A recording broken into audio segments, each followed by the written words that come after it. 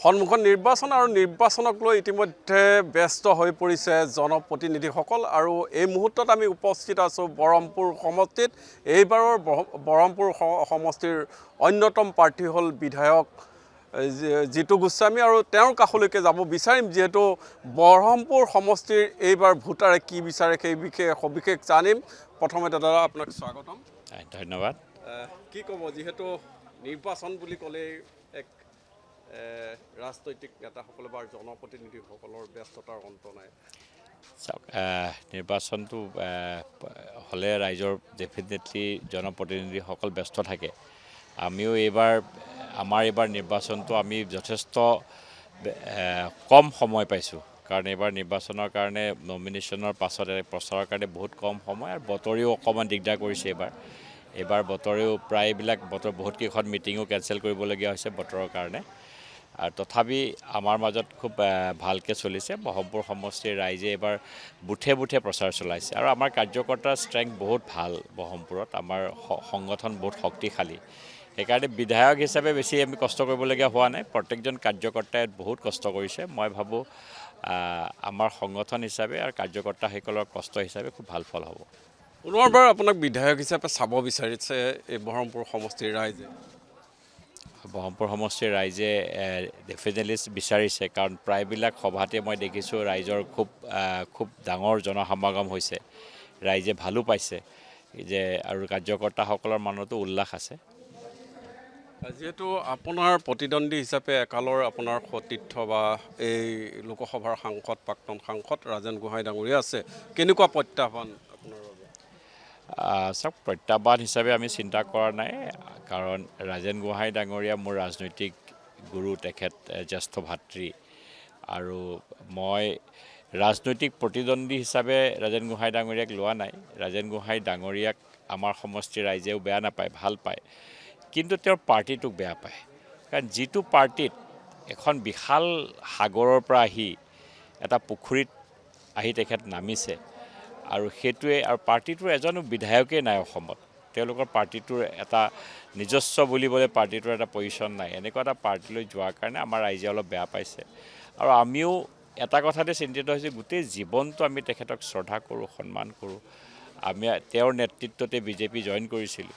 তেওঁ আজি বিজেপিৰ নীতি আদৰ্শৰ ওপৰত যেতিয়া উল্টা কথা কয়, সেইটোহে আমাক শংকিত কৰে বা দুখ লগায়। বাকী তেনেকুৱা একো নাই। বাকী এখন নিৰ্বাচন সন্মান সহকাৰে, তেখেতকো মই সন্মান দি পেলাই আমি এই নিৰ্বাচনটো খেলিব বিচাৰিছোঁ। এইটো নিৰ্বাচন হিচাপে নহয়, ৰাইজে দিয়া মতামত হ'ব, আৰু ৰাইজে দিয়া এটা ন্যায় হ'ব। দেখা পোৱা গৈছে যে যেতিয়া তেওঁ বিজেপিৰ সাংসদ হৈ আছিলে বা তেওঁ মন্ত্ৰী হৈছিলে, কিন্তু বিজেপিৰ ফালৰ পৰা বা দলৰ ফালৰ পৰা বহুখিনি পাইছে, তথাপিও তেওঁ আজি বিজেপিৰ দলৰ হৈ তেওঁ বিৰোধিতা আগবঢ়াইছে, এনেধৰণে প্ৰচাৰ আগবঢ়াইছে। এনে ক্ষেত্ৰত সেইটো আপোনালোকে ৰাজেন দাকে সুধিব, তেখেতে ক'ব, ভালকৈ উত্তৰটো দিব। সেইটোতে মই আচৰিত হৈছোঁ। মই কৈছোঁ যে যদি বোলে ঠিক আছে, দলে বোলে তেওঁৰ ওপৰত কিবা এটা অসন্তুষ্টিমূলক কাম কৰিলে হয়, দলে যদি নিদিলে হয়, দলটোক যদি তেওঁ ইমান দিন কেৰি নকৰিলে হয়, তেতিয়াহ'লে এটা বেলেগ কথা আছিলে। কিন্তু দলটোৱে তেওঁক যথেষ্ট সন্মান দিছে, যথেষ্ট তেখেতৰ কাৰণে কৰিছে, আৰু দলৰ কাৰণেও তেখেতে কৰিছে। তাৰ পাছত তেখেত কি কাৰণে ইমান বেছি অসন্তুষ্টি হ'ল মই নাজানো। সেইকাৰণে সেইটোহে খালি দুখ লগা কথা। বাকী নিৰ্বাচনৰ গতিত হৈ আছে, আৰু আমাৰ বৰহমপুৰ সমষ্টিৰ ৰাইজে উল্লাসৰে আৰু ভাৰতীয় জনতা পাৰ্টীৰ লগত আছে। মুখ্যমন্ত্ৰী ডাঙৰীয়াক দ্বিতীয়বাৰৰ কাৰণে মুখ্যমন্ত্ৰী হোৱাটো বৰহমপুৰৰ ৰাইজে বিচাৰিছে, আৰু বৰহমপুৰত বিজেপি বিধায়কো বিচাৰিছে। দেখা পোৱা গৈছে যে এক বৃহৎ এটা সমষ্টি, প্ৰায় 2,30,000 ভোটাৰ। ইয়াৰ ভিতৰতো বিভিন্ন জাতি জনগোষ্ঠীৰ লগতে সংখ্যালঘু লোকসকলো আছে। কি ভাবে? চাওক, প্ৰতিটো জাতি জনগোষ্ঠী ৰাইজ এইবাৰ বৰহমপুৰ সমষ্টিত আমাৰ লগত আছে। সংখ্যালঘু সম্প্ৰদায়ৰ লোকো যথেষ্ট সংখ্যক আমাৰ লগত আহিছে। তেওঁলোকৰ যিখিনি মনৰ কথা মই বুজিব পাৰিছোঁ, এইবাৰ সংখ্যালঘু ৰাইজেও এইবাৰ ভাৰতীয় জনতা পাৰ্টীৰ প্ৰতি, হিমন্ত বিশ্ব শৰ্মা ডাঙৰীয়াৰ প্ৰতি এইবাৰ সঁহাৰি জনাইছে। মই ভাবোঁ মূল সুঁতিত থকা ভাৰতীয় যিসকল সংখ্যালঘু আছে, যোনে ভাৰতক ভাল পায়, মূল সুঁতিত থাকে, অসমক ভাল পায়, সেইসকল আমাৰ লগত আছে। বিগত সময়ত আপুনি বিধায়ক হিচাপে কোনবোৰ কাম থাকি গ'ল এইবাৰ পূৰা কৰিব বা পূৰণ কৰিব?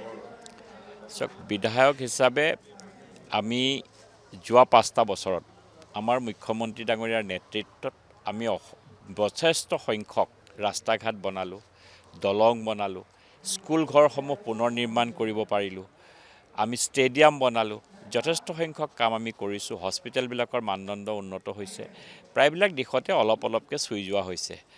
5টা বছৰ কম হয়, কাৰণ আমাৰ সমষ্টিটো বিৰোধীত থকাৰ নিচিনাই আছিলে। কংগ্ৰেছৰ সময়ত আগত প্ৰাক্তন মুখ্যমন্ত্ৰী প্ৰফুল্ল কুমাৰ মহন্ত ডাঙৰীয়া আছিলে। এনেকুৱা এটা সমষ্টিক আপুনি ভালকৈ ৰিপ্ৰেজেণ্ট কৰিবলৈও মানে 5টা বছৰ বহুত কম সময়। এই 5টা বছৰত আমি বাকী ৰৈ থকা যিখিনি ৰাস্তা ঘাট আছে সেইখিনিও বনাম। দ্বিতীয়তে আমি আশা কৰিছোঁ বহৰমপুৰত আমি এটা উদ্যোগ স্থাপন কৰিবৰ কাৰণে, যিটো উদ্যোগে বহৰমপুৰবাসী ৰাইজৰ যুৱক যুৱতীসকলৰ কমেও 10,000 নিবনুৱা যুৱক যুৱতীক ইয়াক কৰ্মসংস্থাপন দিব পৰা যায়, সেইটোৱে আমাৰ এইবাৰ প্ৰথম লক্ষ্য হ'ব। আৰু যিহেতু দেখা পোৱা গৈছে যে আপুনি বিভিন্ন সময়ত ইয়াতে বহু মেল মিটিং সভা সমিতি প্ৰচাৰত ব্যস্ত হৈ পৰিছে, আজিও কিন্তু যথেষ্ট আপোনাৰ সমৰ্থকে আজি ইয়াত সভা সমিতি ভাগ লৈছে। চাওক, মই ৰাজহুৱা সভা নিৰ্বাচন ঘোষণা হোৱাৰ পাছত প্ৰায়বিলাক পঞ্চায়ততে তিনিটা পঞ্চায়ত মিলিকে এখন সভা দেল্লীকে আমি কৰিছোঁ। প্ৰায়বিলাক ৰাজহুৱা সভা হৈ গ'ল। মুখ্যমন্ত্ৰী ডাঙৰীয়া 6 তাৰিখে ৰাতিপুৱা 9 বজাত আমাৰ ইয়াতে পাবহি। আমি 6 তাৰিখে সভাখন আমি পাতিম ৰাজহুৱাভাৱে। বাকী আজি যিখিনি কথা, এতিয়া আমি বুথত আমি ইলেকশ্যন মেনেজমেণ্টৰ কথাহে পাতি আছোঁ, আমাৰ তৈয়াৰীহে পাতি আছোঁ। এতিয়া আৰু 5 বছৰ আমি গোটেই কাম কৰিলোঁ, এতিয়া আৰু ৰাইজক আজি সভাপতি সজাগতা কৰা সময় নহয়। এইটো হ'ল সময় আমি কেনেকৈ আমাৰ বুথত কাৰ্যকৰ্তাসকলে আমি নিৰ্বাচনৰ মুখী যিখিনি কাম কৰিব লাগিব সেইখিনিৰ ওপৰতহে এতিয়া গুৰুত্ব দিছোঁ। এতিয়া আমাৰ প্ৰচাৰ কাৰ্য হৈছে আৰু মুখ্যমন্ত্ৰী ডাঙৰীয়া লাষ্ট প্ৰচাৰ কৰিব 6 তাৰিখে আহিব, সেইদিনাখন আমাৰ প্ৰচাৰ শেষ। আমি প্ৰচাৰ এতিয়া আৰু কৰিবলৈ বাকী থকা নাই। ৰাইজে 5 বছৰে গোটেই চিনেমাখন চালেই, এতিয়া ৰাইজে কনক্লুজনটোহে ক'ব যে চিনেমাখন ভাল আছিলে, এক্টিং ভাল আছিলে, ভাল পৰিচালনা হৈছে। গোটেই খবৰখিনি দি ৰাইজে এটা মাৰ্ক দিব। ইয়াতে A grade, B grade, C grade, এইটো গ্ৰেডহে দিব এতিয়া ৰাইজে। সেইকাৰণে এতিয়া আৰু প্ৰচাৰৰ সময় নাই। এতিয়া আমি প্ৰচাৰ ভাৰতীয় জনতা পাৰ্টি যথেষ্ট হৈছে। এতিয়া আমাৰ খালি নিৰ্বাচনটো ভালকৈ মেনেজমেণ্ট কৰা, সেইটোহে আমাৰ প্ৰয়োজন হৈছে। দেখা পোৱা গৈছে যে যি সময়ত কংগ্ৰেছৰ পৰা যিহেতু বিজেপিলৈ বহু লোক আহিছে, ভূপেন বৰা হওক, সাংসদ প্ৰদ্যুৎ বৰদলৈ তেওঁ দল এৰি পেলাই বিজেপিলৈ আহিলে, আৰু এনে সময়ত কিন্তু বিৰোধী যি মিত্ৰ দল তেওঁলোকে এতিয়াও দাবী কৰে যে তিনি গগৈ কিন্তু তেওঁলোকে চৰকাৰ গঠন কৰিব। চাওক, 3 গগৈ চৰকাৰ আকাশত চাং পাতা কথা। 3 গগৈৰ মতেই মিল নাছিলে। ইলেকশ্যনৰ দিন ঘোষণা কৰিলে তেওঁলোকে হোৱাটছআপত, ফেচবুকত, ইমেইলত একতা তেওঁলোকৰ। গ্ৰাউণ্ডত তেওঁলোকৰ একতা নাই। গ্ৰাউণ্ডত তেওঁলোকৰ স্থিতিও নাই। স্থিতি থাকিলে এটা কথা চিন্তিত হ'ব বোলে, এইটো স্থিতি আছে গ্ৰাউণ্ডত। ৰাজনীতি ইলেকশ্যন জিকে গ্ৰাউণ্ডলৈ, ইলেকশ্যন গ্ৰাউণ্ডত জিকে, ইলেকশ্যন ওপৰত নিজিকে। সেইকাৰণে 3 গগৈ যি আপোনাৰ মহামিলন, এই শেষ মিলনটো আপোনালোকে 4 মে'ত আবেলি 5টা বজাত গম পাব যে কিমান মিলন তেওঁলোকৰ মিলনে, 3 গগৈ মিলনে এইটো ইতি কৰিলে নে 3 গগৈ মিলনে সৃষ্টি কৰিলে, সেইটোৱে গম পাব। এইবাৰ যিহেতু 9 তাৰিখে ভোট গ্ৰহণ সম্পন্ন হ'ব, আৰু আপুনি এইবাৰ কিমান আশাবাদী, কিমান ভোটত জয়লাভ হ'ব? কিমান ভোটত জিকিম সেইটো এতিয়াই কোৱা কঠিন, কিন্তু জিকিম এইটো নিশ্চিত। এয়া আছিল বহৰমপুৰ সমষ্টিৰ অন্যতম প্ৰাৰ্থী, বিজেপিৰ বিধায়ক তথা এই সমষ্টিৰ এগৰাকী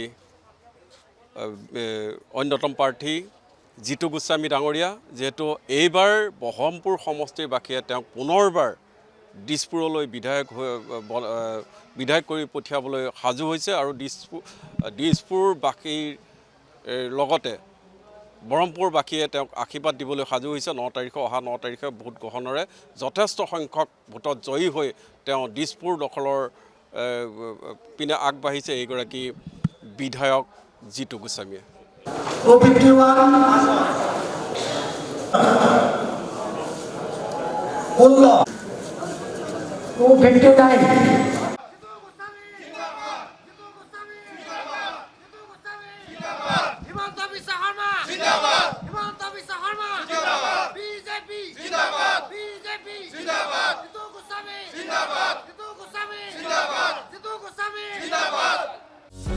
যিকোনো খবৰৰ বাবে যোগাযোগ কৰক আমাৰ এই নম্বৰত 9181 307 2221।